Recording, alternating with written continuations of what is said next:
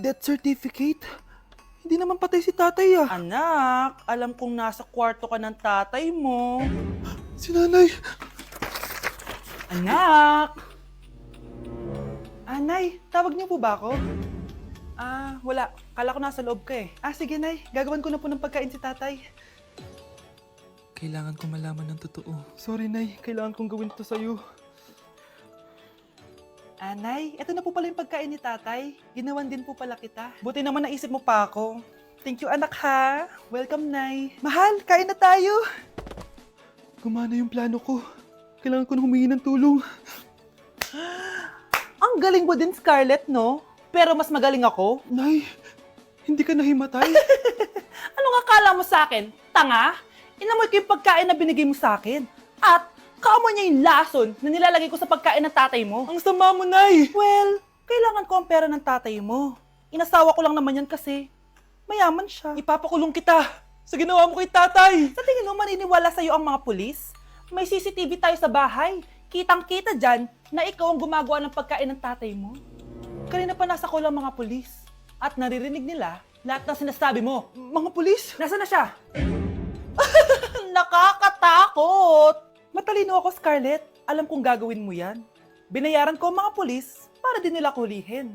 Pera-pera lang. Walang iya ka talaga, Nay. Sumama ka na sa akin. Itali nyo na yan. At siguraduhin yung hindi makakatakas yan. Ano? Itatali? Hindi! Shh, Scarlett. Itatakas kita, ha? Alam ko lahat ng baho ng nanay mo. Tita, Scarlett, may kausap ka ba? nandiyan na si nanay. Bilisan mo. Paparating na siya. Bibilisan ko na. Gusto ko lang maging malinaw sa inyo na dito sa klase ko, ako ang nasusunod. Naintindihan? Ma'am, ito po yung assignment ko. Anong klaseng assignment to? Parang ginawa lang ng bata. Mababa lang grades mo dito, ha? Pinaghirapan ko yung assignment na yan. Sino ang pambansang bayani natin? Ma'am, Scarlett. Ang pambansang bayani natin ay si... Oops! Napakabagal mo sumagot. Ang pambansang bayani natin. Straight to the point ang kailangan ko sagot. Ayusin yung sumagot, ha? Hindi na kayo elementary. Opo, ma'am. Pinayagan ba kita kumain sa loob ng klase ko? Ma'am. Akin na yan. Kung ayaw niyong binabastos kayo, wag niyo akong bastusin. Ay, oo, be. Kain tayo sa labas mamaya, ha? Hala, galit na si ma'am. Umalis lang ako saglit, ganyan na kayo. First meeting pa lang natin, pinapakita nyo ng mga ugali nyo. Buti pa yung kabilang section, tahimik lang. Kayo na ata ang worst section na napuntahan ko. Kung kami ang worst section, ikaw ang worst teacher. Sorry po, ma'am. At dahil dyan, bibigyan ko kayo ng maraming assignment. Ma'am? Oh, Scarlett, kamusta ka? Sana ikaw na lang ulit teacher namin. Ang sungit ng bago naming teacher eh.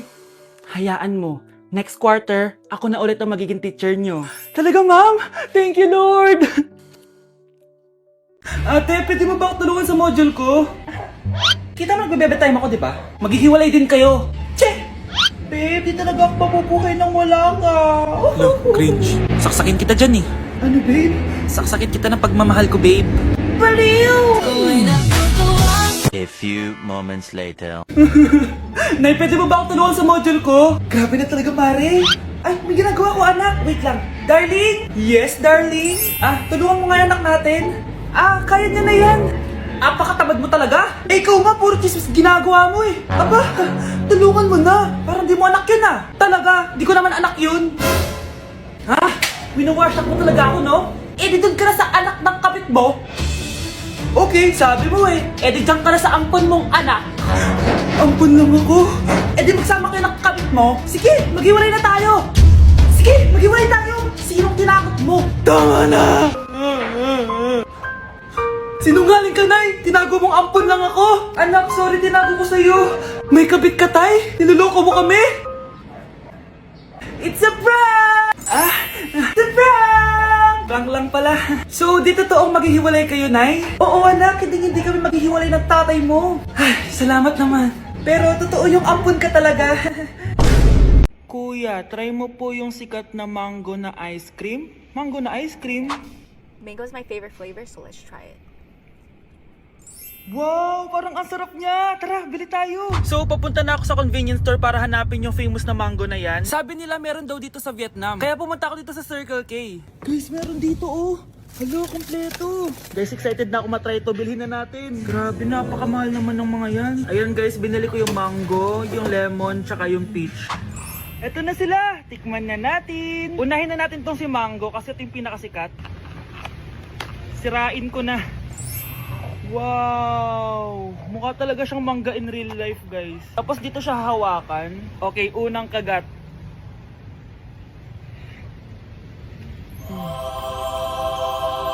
Ang sarap niya.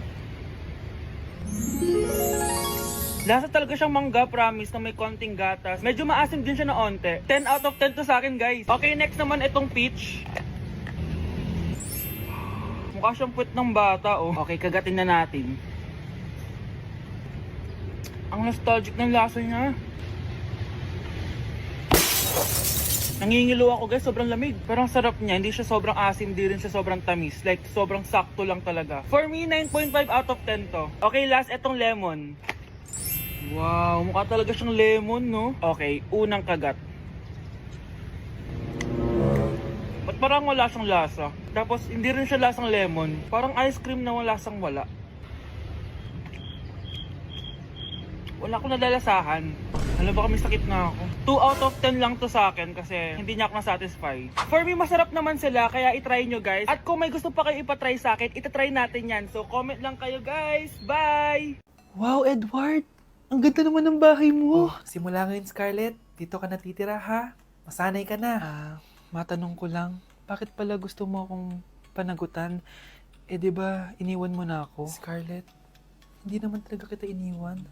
Alam mong, kinailangan ko lang sumama ng matagal sa ibang bansa. Kasama yung mga magulang ko. Ang importante, nandito na ako, Scarlett.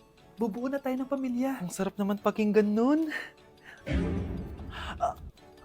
Oh, Scarlett, bakit? Ang sakit ng tiyan ko! Ha? Teka lang, tatawag ako ng nurse, ha? Diyan ka lang. Edward. Buti na lang dumating ka, tita. Ako, Edward, salamat sa pera, ha? Makakasiguro kang kay Scarlett lahat mapupunta. Bakit nandito yung babaeng yan, ha? Paalisin niyo yan! Ha? Anong nangyayari? Scarlett? Anak, di mo ba kilala? Nanay mo ko. Hayaan mo, baka dala lang ng pagbubuntis niya. Tawag lang po ako ng nurse, ha? Scarlett, dyan ka lang, ha? Edward, wag mo kang iwan, please! Wag mo kang iwan dito sa babaeng to! Akala mo ba makakatakas ka sa akin? Binigyan ako ng malaking pera ni Edward, oh. Nakuha ko ng gusto ko. Ngayon, pwede ka na mawala. Nay, wag po, please. Scarlett, pigilan niyo babaeng yan! Brianna? Tita, anong ginagawa niyo kay Scarlett, ha? Wala. Ina-adjust ko lang yung unan niya. Napakasama mo, tita. Sariling anak mo, papatayin mo? May ipapakulong ako dito. Ano? Kulong? Edward, nakatakas siya. Scarlett, hayaan mo na siya. Hindi ka na niya pwedeng saktan, ha? Paano yung pera? Buti na nakatakas ako. At least may cheque naman ako. Nasaan na yun? Nasaan na yung cheque? Ito, oh. Naiwan niya. Thank you, Edward. Masaya ako para sa inyo, ate. Scarlett, Brianna, hanggat nandito ako, poprotektahan ko kayong dalawa. Paano yung step na yun? 1. Ha? Oh, Scarlett, anong ginagawa mo? Nay, nagpa-practice po ako. Pangarap ko po kasi sumikat parang mga K-pop. Seryoso ka ba, Scarlett? Sa ganyang itsura mo? Manalamin ka nga. Grabe ka naman, Nay. K-pop, K-pop. Okay, class. Ano ang pangarap niyo sa buhay? Ma'am, gusto ko po maging doktor. Wow, maganda yan. Pagbutihan mo, Samantha. Ikaw, Scarlett. Pangarap ko pong sumikat parang mga K-pop. Seryoso ba si Scarlett? Sa itsura mong yan, hindi ka tatanggapin dun, Scarlett. Gumising ka. Tandaan niya to. Kakainin niya yung mga sinabi niya sa akin. Matutupad ko lahat ng pangarap ko sa tulong ng Vitamin C Serum ng Garnier. Gawin mo akong fresh at glowing! #HiyangCheck. Sa wakas, matutupad din pangarap kong glow up. Humanda kayo. Mare! Yung anak mo! Nagpa-perform sa TV! Talaga ba, Mare? Ako ay torpe pa noon, pero nagbago na ngayon. Now I have the courage. Sikat na yung anak ko! I have you. Ikaw at ako under the sun. I'm going